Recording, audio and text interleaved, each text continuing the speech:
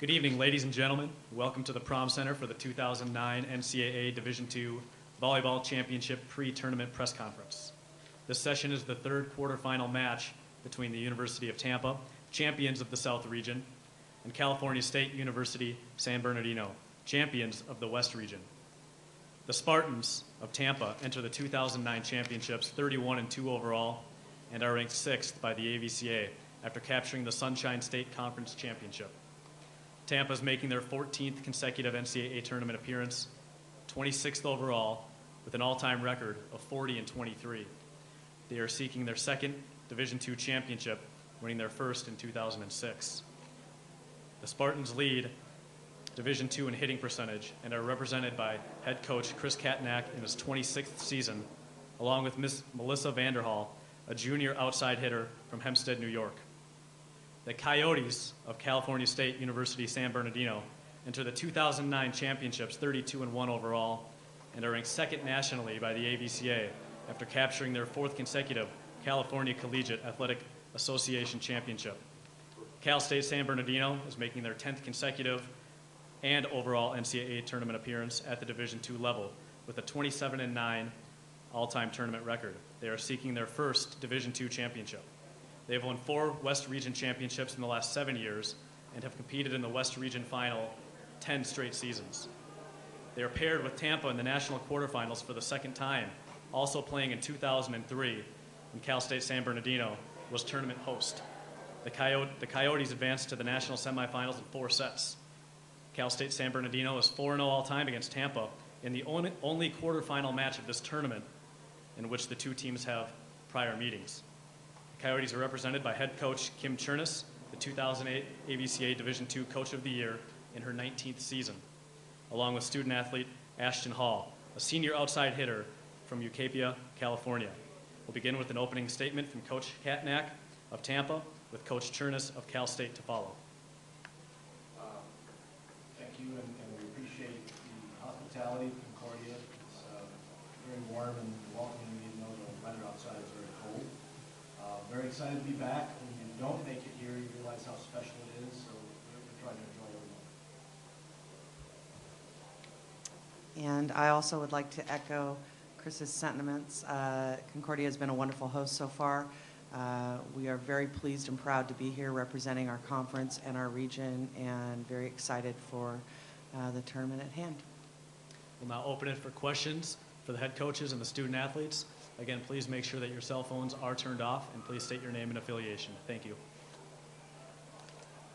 This is for Kim, Judd Spicer, NCAA.com. You guys were the last team to have beaten Concordia. Do you use that as a motivator for your team and your players coming here this year?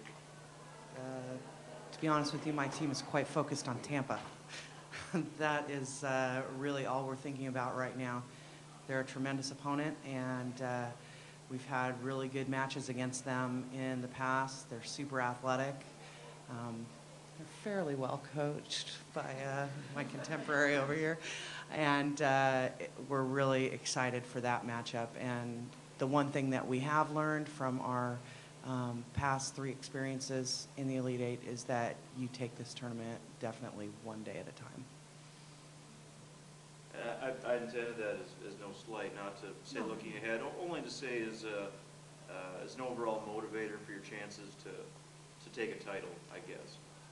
It's the last loss we had in this tournament, and so we're motivated to go farther, and the only way to have gone farther would have been to defeat them last year. So, I mean, they're a different team, we're a different team, and we're just really happy to have survived the journey so far to get back in this tournament and be able to try and win one match tomorrow, one match on Friday, hopefully, and the ultimate match on Saturday, if we can. Josh Katzenstein, Press Enterprise. For both coaches, Kim, you guys are riding 5-match winning streak, which you haven't dropped a set in 5 matches, and Coach, you haven't dropped a set in 4. And how do you plan on carrying that momentum into tomorrow's match? That's good for us, right? I don't think either of us probably look at the set record too much. I mean, I can only speak for myself, but just the fact that you get through a conference or a region like the West, and I'm sure he feels the same way about the South, to get through that and win those matches, you feel like you have some momentum. At least I do. For us, we played a close 5-game match against a conference opponent, and we lost that match. Those are the matches that help you along the way. Those are the ones that help you improve as a team and get tested. So winning in 3 really doesn't necessarily help us. The gentleman that asked the question about team's motivation, we're hoping for that overlook as well. We'd love to have them working with Concordia and forget about us. It'd be nice. Not a chance. But as far as 3 sets go, I don't think kids think about it. We don't talk about it. I think we think about it before one match at a time. This is for Coach Chernis. Tyler Mason with the Sun Daily Bulletin. Being in the championship game last year, and a lot of these players have gone through this already, how much do you see that helping, I guess, throughout the weekend, this weekend? Well, I think the one thing that helps my players is that one of the things that we really did well last year that we had not done well, and maybe it's me maturing as a coach, in the past 2 times that we were in the Elite Eight, is we didn't manage ourselves super well off the court all the time. And I felt like last year we really learned how to do that. And so this group has that experience under their belts that I hope will help them. They're just really good about staying focused on, each match at a time, doing a great job in the video sessions, doing a good job making use of our practice time. They're just really staying dialed into why we're here. It's easy to get caught up in all of the fun, and the excitement and our goodie bag and a press conference, wow, and all those things. But they're really focused on the volleyball, which is really important, I think. Ashton, Melissa from Concordia University. Talk about your team and returning to the Gangelhoff Center, what you've learned, how you're going to apply that to your chances this time. Obviously, you're hoping for wins. What exactly are you looking for? Just like my coach said, we're definitely happy to be here again. It hasn't been an easy road at all. But like she said, it's one game at a time, one night at a time. We know what our ultimate goal is, but in order to get there, we take it one night at a time, one game at a time. And like she said, Tampa's a great team. It's going to be a really, really great game and tough match for us, but we're just happy to be here, like we said. It hasn't been easy to get here, so. Ashton, can you talk a little bit more about that ultimate goal? How much did taking 2nd place last year factor into your drive this season? It definitely helped. It's not easy to lose in the national championship game 5 sets by 2 points. If that's a heartbreaker, if anything's a heartbreaker, that is. And it wasn't easy to get there last year, and that match was a great match for us. We learned a lot, we matured a lot, and the experience in that definitely helps us this year. And we know it's not going to be easy again. And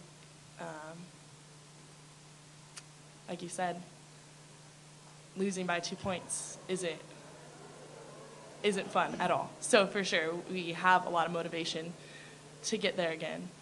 And our ultimate goal is a national championship, but one game at a time, for sure. This is for Melissa. I'd read in your profile that you have a great many philanthropic endeavors and Boys and Girls Club endeavors off of the court. I've never had opportunity to see you play before, but are you the same person when you're doing that kind of stuff as when you're playing volleyball? I think so. I got to give, so I try to do myself and not off the court, on the court, never different goals.